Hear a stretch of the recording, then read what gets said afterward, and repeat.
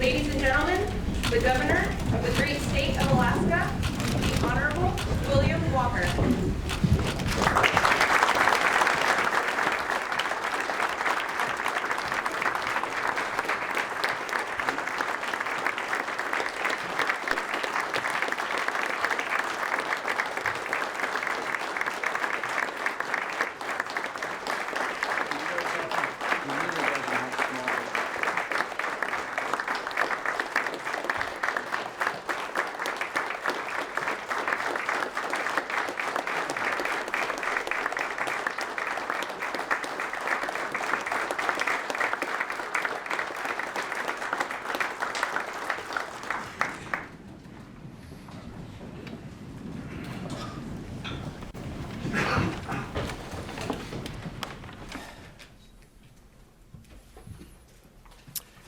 President Kelly, Speaker Edgman, Lieutenant Governor Malott, members of the legislature, members of the cabinet, and my fellow Alaskans.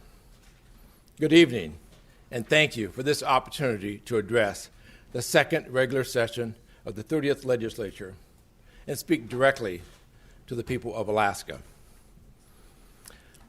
Lieutenant Governor Malott, over the last 3 years, you have been so much more than a lieutenant governor. You've been a friend, a brother, a shoulder to the wheel. Your fierce devotion to the state where we were both born inspires me every day. To my First Lady of 40 years, Donna, and to Byron's First Lady of 45 years, Tony, thank you both for all you do for the people of Alaska. Byron and I could not do our jobs without you.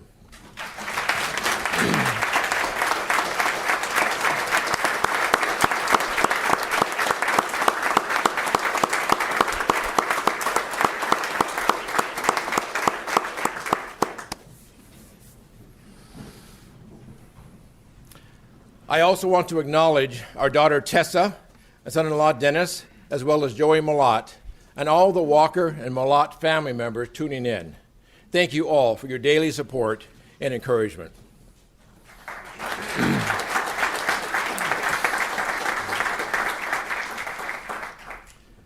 To my cabinet and staff, your diversity of thought, experience, and background have collectively formed the backbone of this administration. I am proud of you and grateful for your dedicated service.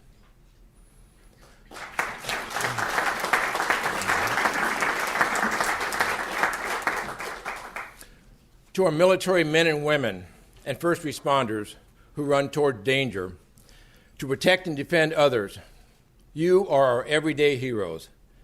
And to the families of the 3 young Alaskans, Private First Class Hanson Kirkpatrick, Chief Warrant Officer Jacob Sims, and Staff Sergeant David Brabander, who lost their lives last year while in combat and in support of combat operations, we extend our deepest sympathies and gratitude.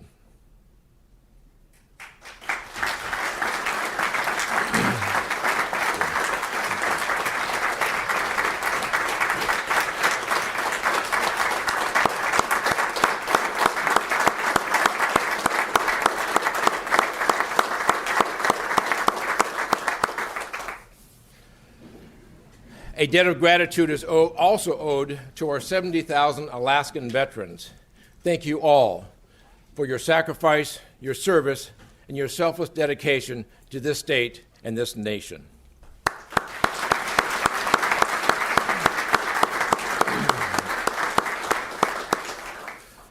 And finally, to my fellow Alaskans watching or listening all over the state, being informed is critical to being part of the solution. Thank you for your engagement tonight.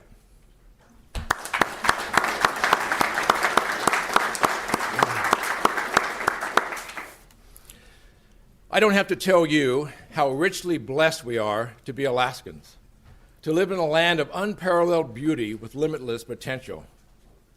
Of course, we have some challenges, some more difficult than others, but my optimism this evening comes directly from the state of our state, from the strength and resilience of our people, and from the steps we are taking to control our own destiny by building a safer, smarter, stronger Alaska.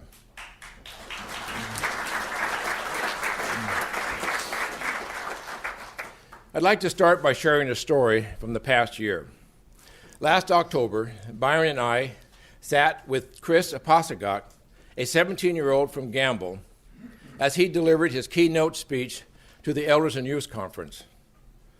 Chris told us about a simple Facebook post about a successful bowhead whale hunt that provoked a thunderstorm of threats and hateful messages from outside Alaska. This wasn't the first time that Chris had faced challenges. He told us about one hunt when the clamps on the boat motor broke, and he helped keep the motor in place by gripping the steering shaft in his hands for 100 miles for the ride home. He told us about running aground during a hunt and having to camp out in the cold for 2 nights until search and rescue could arrive from Savunga. I was inspired by Chris's story. You know, while some 17-year-olds might be feeding their egos, Chris was feeding his village. One reporter tweeted that Alaska is a great place because the governor will hold the mic of a teenager in a polar bear hat for 20 minutes so we can talk about what's going on with whale hunting. Chris had plenty of opportunities to give up or get discouraged. But instead, he is standing tall as a leader for his people. To that I say, Alaska is a great place because we are home to people like Chris, people who persevere,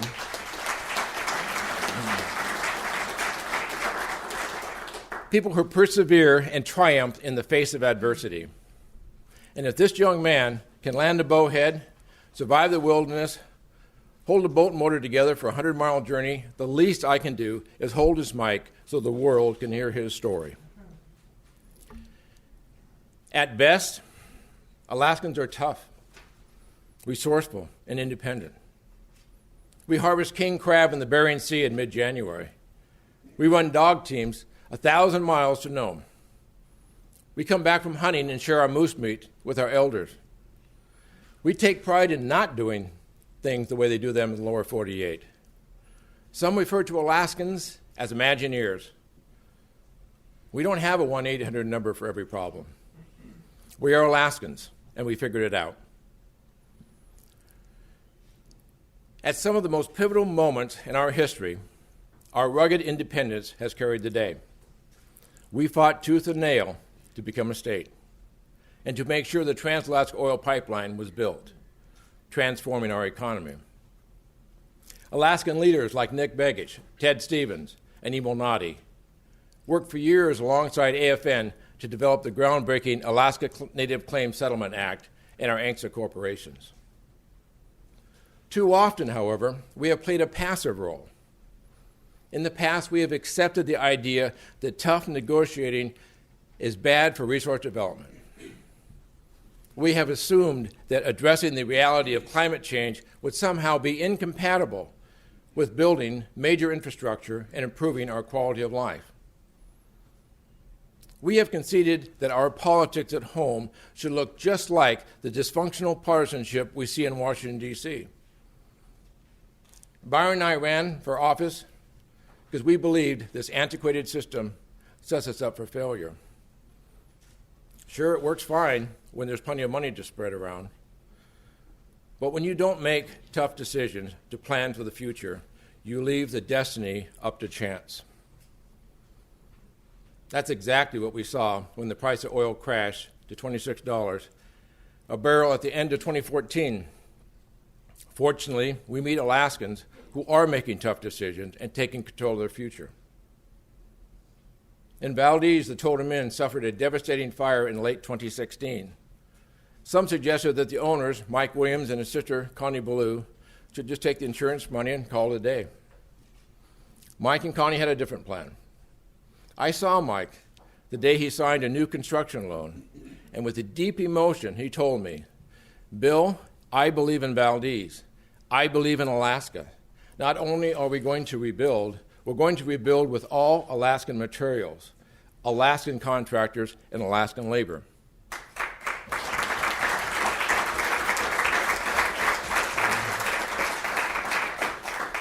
The new Totem Inn is on track to open in time for tourist season this year. From new breweries in Girdwood and Talkeetna, to energy and small business startups, to large companies making significant new investments on the North Slope, Alaskans are committed to this state. They are making tough decisions and fighting for their future. They deserve leaders who are willing to do the same.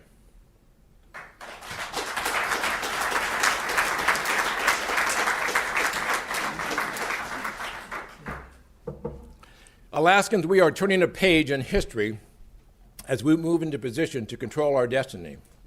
Let me describe what controlling our destiny looks like. When Alaska became a state, the Alaska Statehood Compact established the conditions for our entry. Alaska was granted 103 million acres of public land and became the only state in America with exclusive ownership of the resources in the ground. The message from Washington, D.C. to the new state was clear. Alaska was to develop our mineral resources in order to establish a viable economy and support the cost of self-government. Therefore, controlling our destiny requires taking aggressive measures to access and develop those resources responsibly. It means pursuing innovative measures to fill up the oil pipeline. The model today is for the state to provide the infrastructure to develop our resources. This is the customary role of government. We make nothing on oil discovered but left in the ground. Access and production are key. We are now working to develop toll roads so exploration can take place 12 months a year rather than just in the winter months. We applaud the recent production activities which have resulted in 2 consecutive years of increased oil throughput in the pipeline.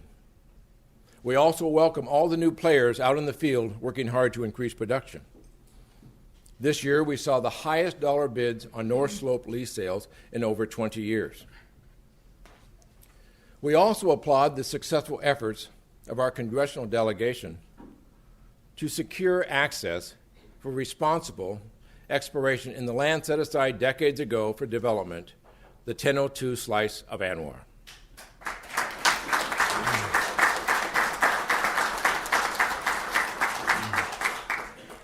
However, even with all this welcomed activity, oil alone is no longer the sole answer. We must diversify our portfolio. The most promising opportunity to emerge has been the accelerated momentum to develop our huge natural gas reserves. It is fortunate that the legislature created the Alaska Gasline Development Corporation in 2010, and that the late Dan Fauske skillfully put the organizational structure together. I am frequently asked how the joint development agreement we signed on November 9th in Beijing between Alaska and China is different from prior agreements. Let me briefly explain.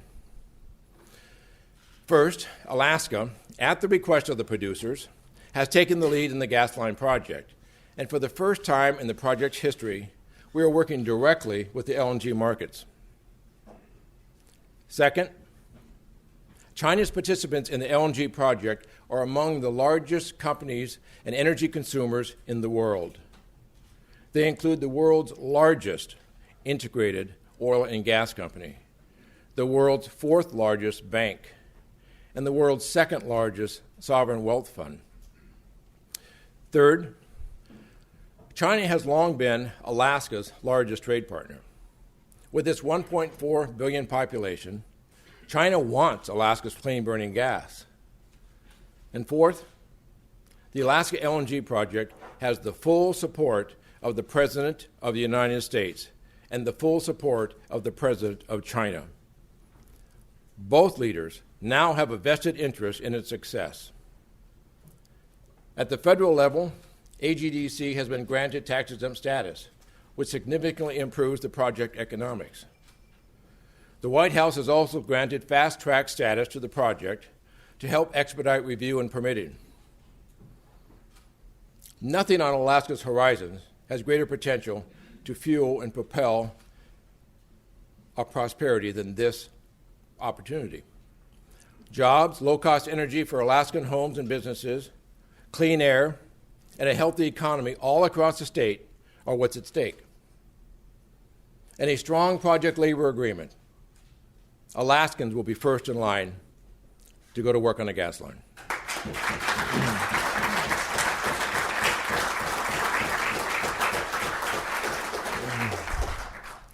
Since that signing, I have held critical meetings here in Juneau with the CEOs of 3 of the North Slope producers. We had productive, in-depth discussions on securing gas supply and on the mutual benefits of this project for their companies and for Alaska. The companies are engaged, and those high-level talks are continuing. I know what this project will do for Alaskans, especially young Alaskans. I experienced something similar in the 1970s. I remember standing outside the laborer's 341 dispatch trailer in Johnson Trailer Court in Valdez to receive a dispatch ticket to unload and stack pipe coming from Japan to build the pipeline.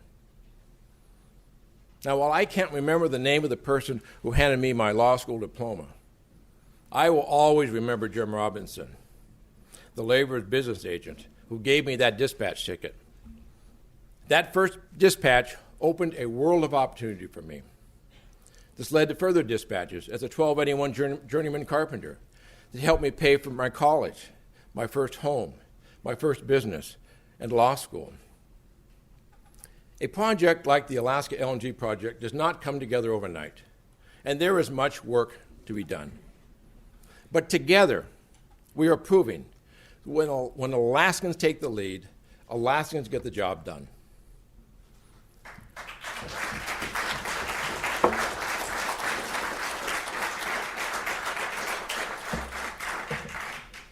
It is time that we, as Alaskans, define our future, rather than hope somebody else defines it for us. We must have a thriving economy and an education system that can support the type of jobs and investment needed to improve our quality of life, one that provides opportunities for all Alaskans, today's generations, and tomorrow's. Being such a majestic and resource-rich state, we have much more options than most. We are welcoming a record-breaking number of tourists, and our winter tourism continues to grow. We have world-class fisheries and are now promoting new opportunities such as kelp and shellfish production. And we will continue to prioritize healthy salmon habitats that benefit all users.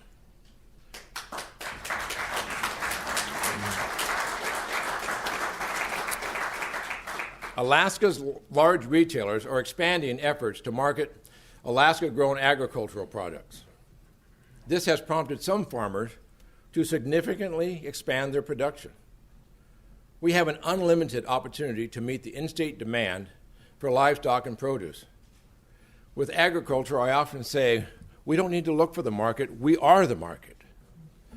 Mining. Mining provides 8,600 high-paying jobs in Alaska and injects hundreds of millions of dollars into the state's economy through rents and royalties. New projects at Donellan, Livengood, Upper Kobuk, and in Haines could add millions of dollars in new revenue and greater job opportunities for Alaskans. A bright spot in our forest products is our ongoing effort to work collaboratively with all stakeholders to promote a viable and sustainable industry. This includes the recent use of the Good Neighbor Authority, allowing the state to partner with the U.S. Forest Service to complete work on national forest lands. It cannot be overstated that energy, mineral, and timber development depends on access to our natural resources. Federal restrictions to access in Southeast via the 2001 Wilderness Rule has harmed our ability to develop our resources. Alaskans are the best positioned to determine responsible development. Today, my administration filed a petition with the U.S. Department of Agriculture to undertake a rulemaking process to restore the roadless rule exemption to the region.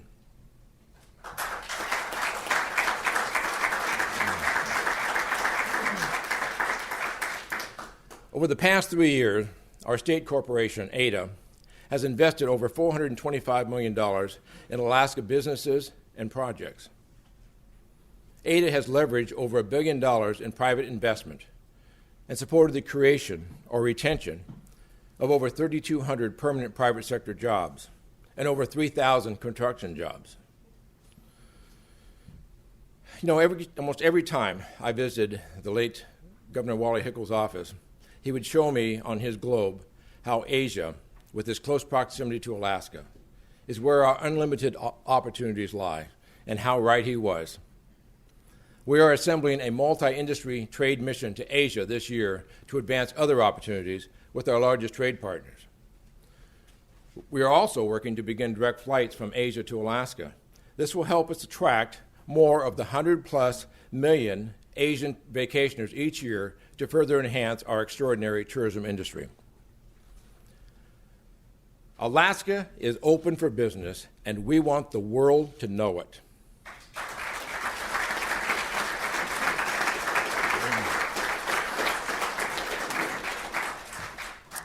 In our efforts to create a safer, smarter, stronger Alaska, we are restoring confidence in our institutions, demanding accountability, and rebuilding the public trust.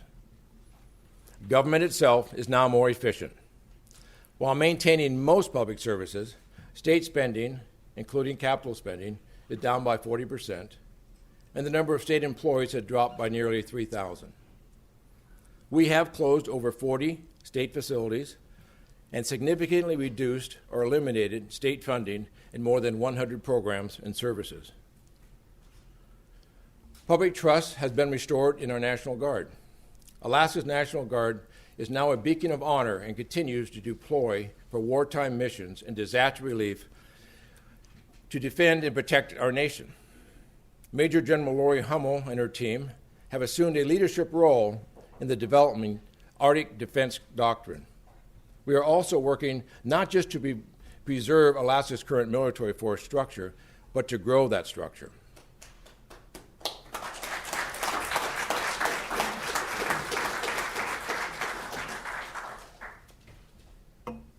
I've heard from many of you that it doesn't matter whether you live in Muldoon or Minto.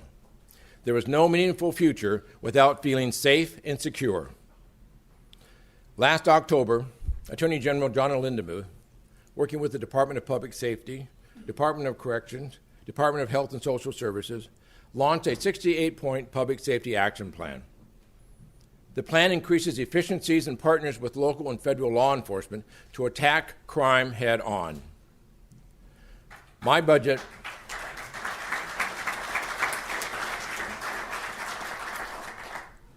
for FY 2019 is in support of that plan and add $34 million for public safety.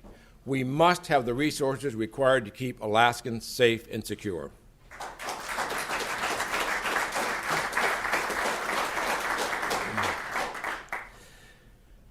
A major focus of the Public Safety Action Plan is to stem the tide of illegal drugs by increasing prosecution of traffickers and holding them accountable with greater penalties. The opioid crisis has devastated so many families and communities.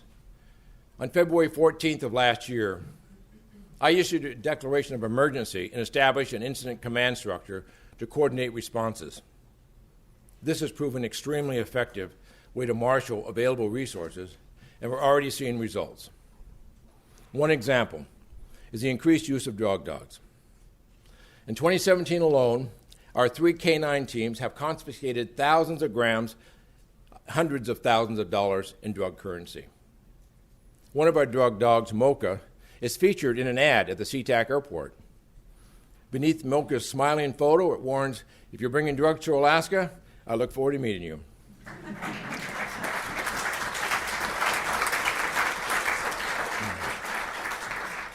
Controlling our destiny depends upon our children receiving an excellent education that prepares them for good jobs, college, rewarding careers, and for life.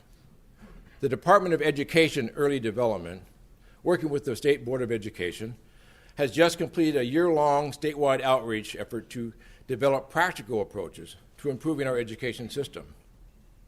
Parents, teachers, school districts, legislators, as well as other interested citizens, united around 3 commitments which will drive meaningful changes in the coming months and years.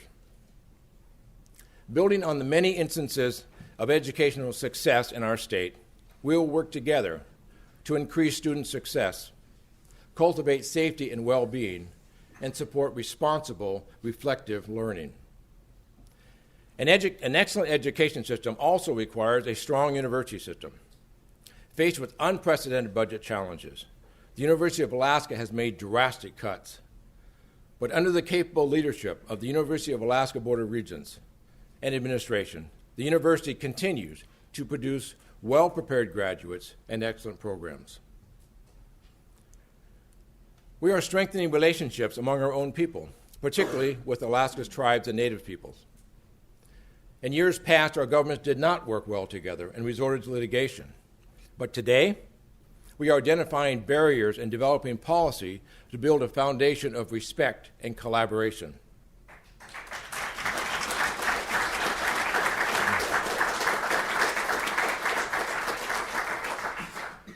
The Governor's Tribal Advisory Council and our new willingness to join forces for the good of Alaska have already yielded strong results. The historic compact between the Office of Children's Services and tribes to benefit our children in foster care is one example of a giant leap forward. We will continue to find opportunities to work together, heal the divide, and celebrate the rich history and the contributions of Alaska's First People.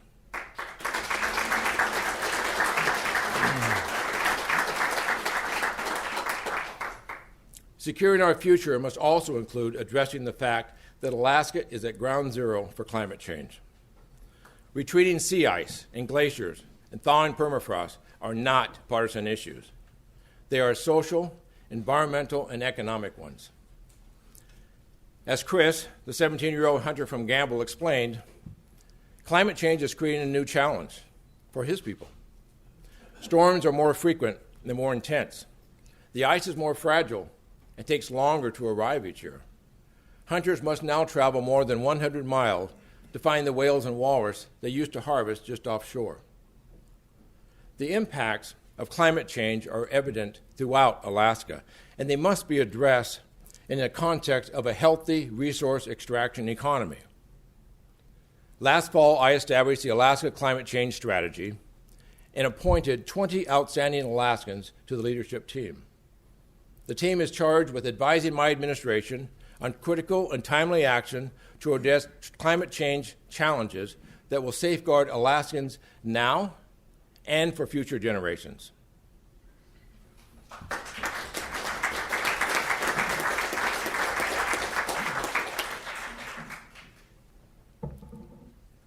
A healthy future means a healthy Alaska. Nearly 40,000 additional Alaskans are now receiving health care since I accepted Medicaid expansion.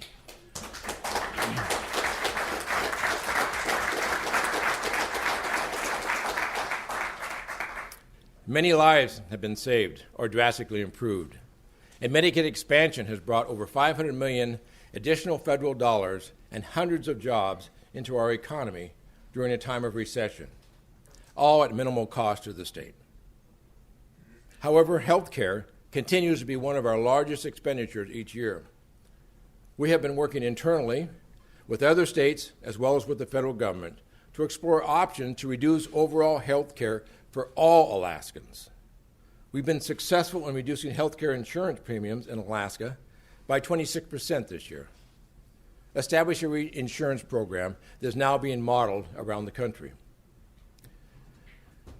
We are also anticipating that after years of unified efforts by many Alaskans, the life-saving Eisenbeck Road will finally be built.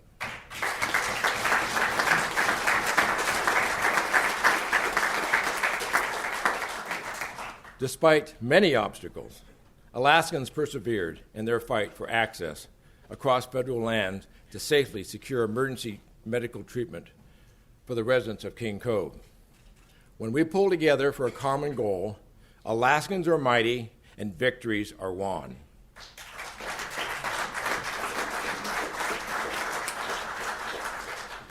Even with all the good news, there's still one thing standing in the way of truly controlling our destiny. And that's our inability to get our own fiscal house in order. Credit rating agencies, investors, employers, and the real estate market are all waiting for the long-term sustainable fiscal solution. Without one, Alaska's economy will remain in jeopardy. We celebrate that oil throughput and oil prices are up. But even with these positive developments, the fact remains that the pipeline currently is 3/4 empty. Oil revenues, which once funded up to 90% of our state budget, now fund approximately 30%.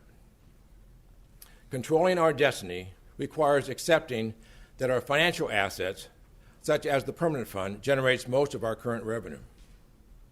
When combined with broad-based direct participation by individuals, Alaskans can take charge of our fiscal future.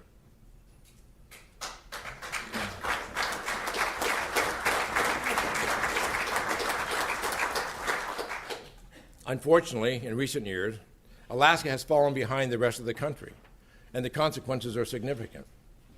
We are the only state that does not have a financial connection between its economy and the government services provided. The only state funding a huge deficit from savings. And the only state that does not have either a statewide income tax or sales tax or both. On the other hand, we are also the only state that pays its residents a dividend, and that we will continue to do.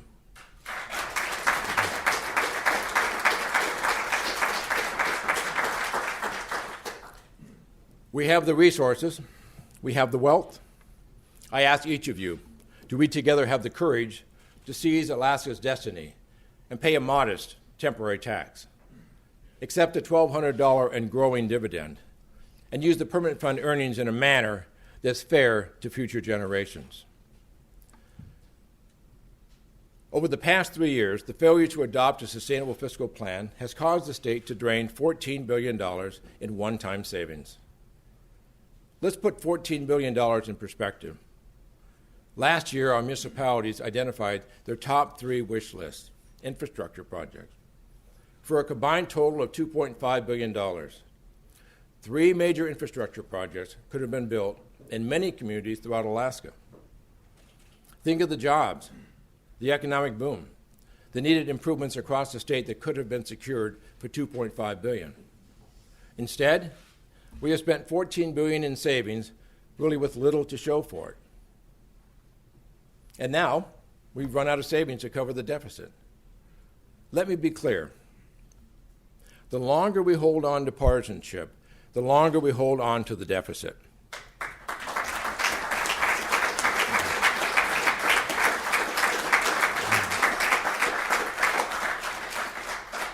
When I ran for governor in 2014, the state had a $1.6 billion deficit that was not being addressed. That deficit quickly escalated to $3.7 billion in 2015. Community and business leaders across Alaska recognized that no solution to our budget deficit was possible without a plan for using the earnings from our permanent fund. When no component of the Sustainable Fiscal Plan passed in 2016, including the Permanent Fund Protection Act, I made the extremely difficult decision to reduce the dividend appropriation in order to save the dividend program itself. This past session, the House did pass a complete fiscal plan. Thank you.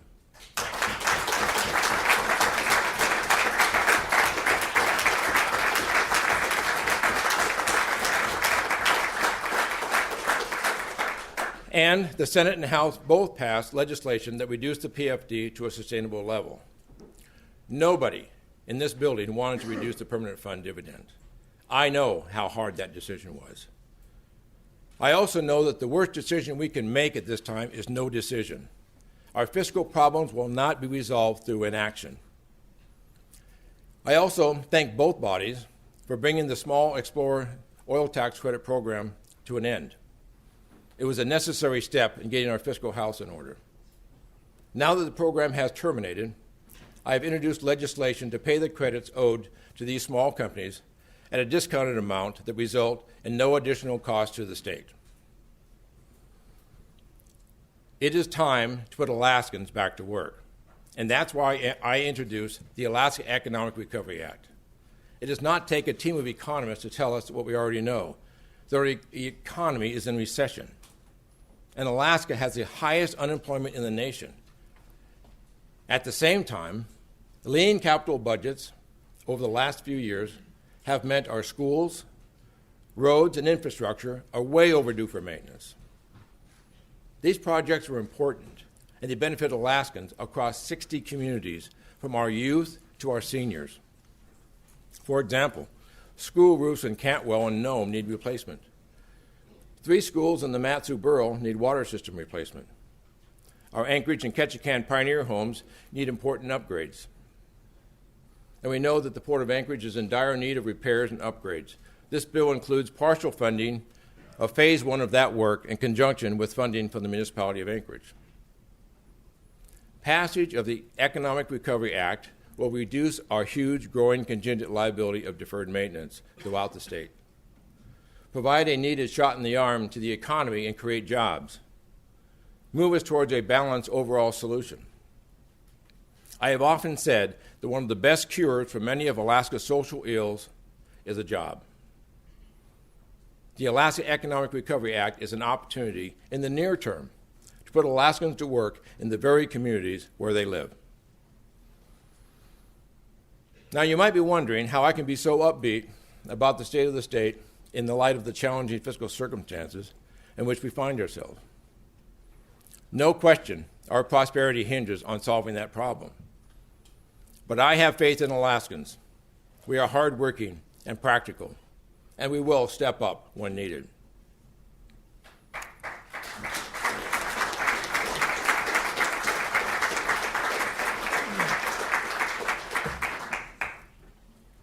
Let me explain what I mean. As I had mentioned before, I was born in Fairbanks and spent my earliest years there and in Delta Junction. Following our move to Delta, my dad had to be hospitalized in Fairbanks for months after a serious forklift accident. This left my mom alone to care for 4 small children in our rustic home with no running water or electricity and only a fireplace for heat. My oldest sibling, Bob, 10 years old at the time, vividly recalls the hours before and after school helping our mom gather and chop wood to keep the fire going during the waking hours. The nights were long and bitterly cold. We had 1 hot water bottle that my mom would rotate each night at bedtime to her 4 children. There was no income during this time. A collection jar was set up at Art Knopke's grocery store for our family. A Delta resident, Hank Brewis, and his wife Alice, learned of our dire situation. Hank came to our home and saw that we were barely making it. Hank said, "Come on, you're all moving in with us." The Brewises already had 4 children of their own, and yet they took us in until Dad was back on his feet again. Our families became lifelong friends. Even after my dad was better, work was scarce. We had to scrape together a living. One endeavor involved selling ads and publishing the Walker's Weekly, a local newspaper my brother Bob and I would deliver throughout Delta on our bikes. Additionally, for several years, we advertised in the Reader's Digest and the Red Book magazine. For $1, we would write letters from Santa that my dad would drive 90 miles to North Pole to mail. I remember feeling like I was a pretty big part of Santa's operation at that time. So standing before you tonight as your governor, I can say that I know what it's like to have plenty, and I have known what it's like to have practically nothing. And leading the state at this critical time, I often reflect upon my family's history that defines me. My family had to face its challenges with courage and determination. We would assess our options to come up with a plan. We would all do more than our fair share. We would conserve our resources, be creative, and pull together for the good of the family.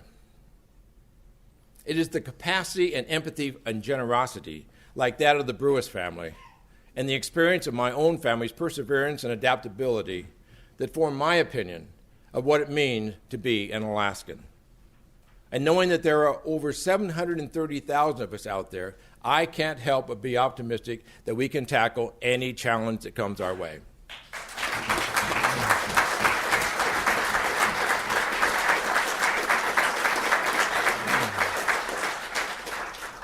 Beyond these security and economic issues, what I've heard most people long for is a renewed sense of public trust and a respectful public discourse from our leaders.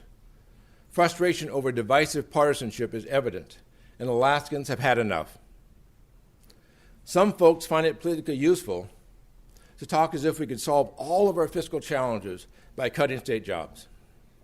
They suggest that we can balance the budget solely on the backs of the men and women who serve our state. They want to identify where the cut should come from, but they resort to cheap caricatures of state workers as nothing more than bureaucrats and paper pushers, clocking in at 8 o'clock, clocking out at 4:30 without adding any real value. The cuts only plan is no plan at all.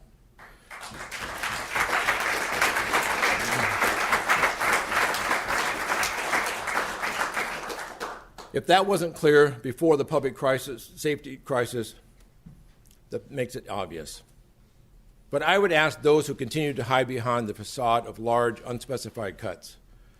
Go spend some time with the men and women at DOT who go out in some of the most extreme weather conditions on the planet and keep our planes flying, our highways open, and our ferries taking Alaskans where they need to go.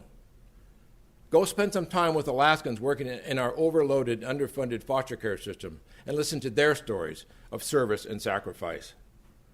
Go spend some time with the Alaska State Troopers, who have seen a cut of 77 public safety positions and yet still go out day and night, often without backup, to keep Alaskans safe.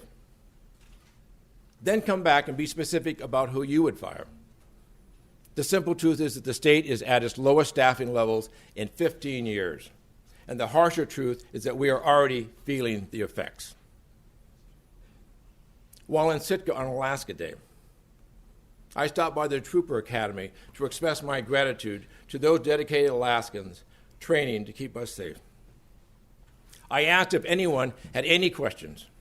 One hesitant hand went up. A young recruit asked if the pink slips would be going out again this year. He explained that on the first day of training, he received an urgent call from his wife. She told him that in the mail that day, he'd received a 30-day notice of termination due to the state budget not being passed on time. Here we have a young man willing to put his own life at risk to help protect others, and we had to pink slip him on his first day of training because we, the state, can't get our act together.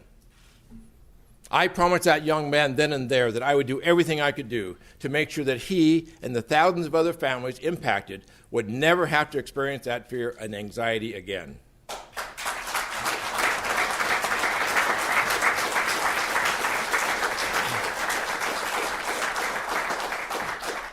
When we don't pass a budget on schedule, the fishing industry openers are interrupted. The Alaska Marine Highway System can't publish a schedule. Teachers get pink slips. Our entire economy is held back by this annual uncertainty.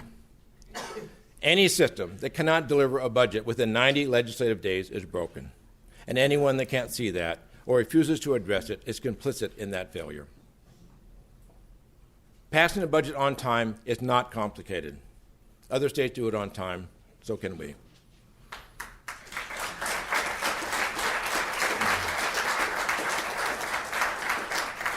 The California legislature, for instance, was late passing the budget 25 out of 30 years. The citizens, fed up with the politics, demanded more. In 2010, they voted to stop the legislators' pay if the budget was not passed on time.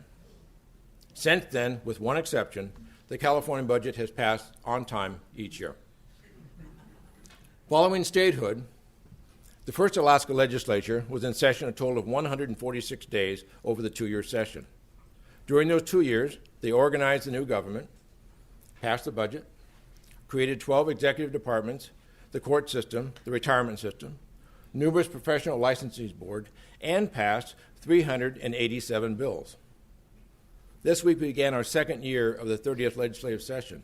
During the first year, 2017, we were in session 211 days and passed 32 bills. I am filing legislation that would move us to a more efficient, effective biennial budget process. It also would mandate that if the governor does not produce the next fiscal year's budget by the statutory deadline of December 15th, the governor's pay stops. If the legislature doesn't pass a budget by the 90th day of the legislative session, their pay stubs. Let's pink slip.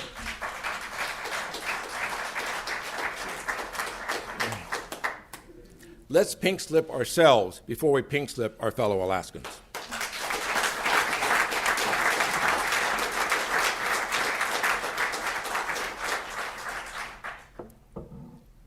Bottom line, we need to improve public safety. We need budget reform. We need a real fiscal plan. And we need to energize our economy. These aren't wants, these are needs. And it's our responsibility to make that happen now. Here's the good news.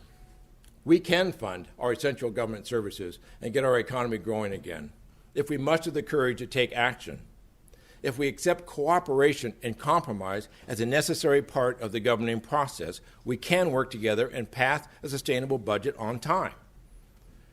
I'm not suggesting anyone stop fighting for what they believe in, but at the end of the day, following the good fight, we have to be committed to the greater good.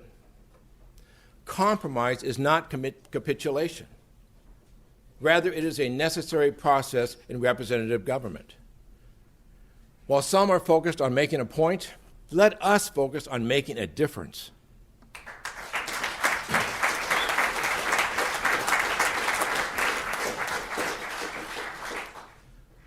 I mentioned earlier, the source of my optimism springs from the state of our state and a new sense of self-determination.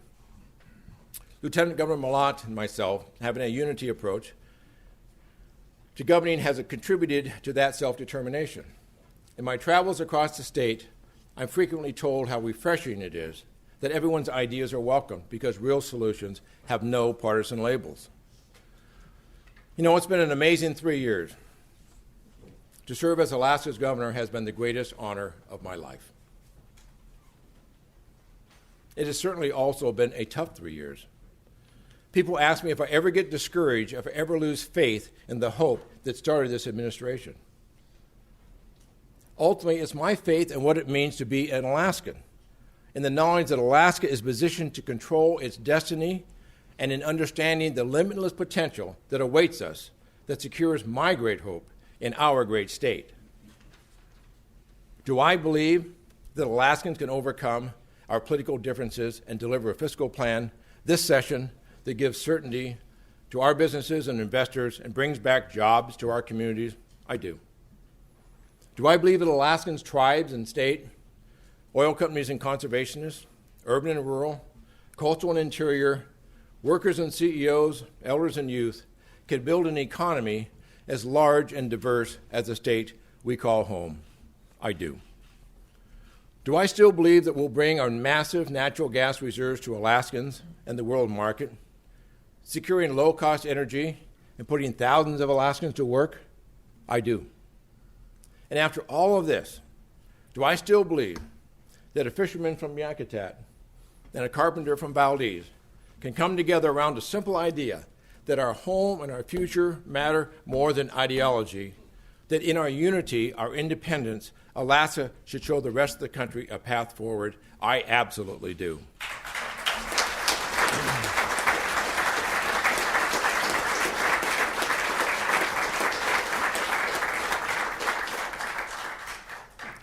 Some seasoned politicians have proclaimed that nothing can be accomplished this session due to upcoming elections. I could not disagree more. We were hired to work the entire shift, not just the first part of it. I'm taking the field this session and staying on the field until the session is done. And I ask that none of us remain in the locker room trying to keep our uniforms clean in hopes of being in the next year's pictures.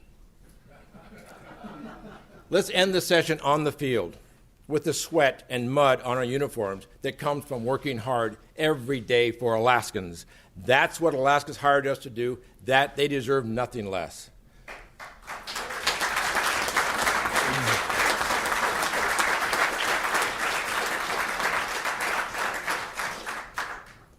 God bless you all, and may God bless Alaska.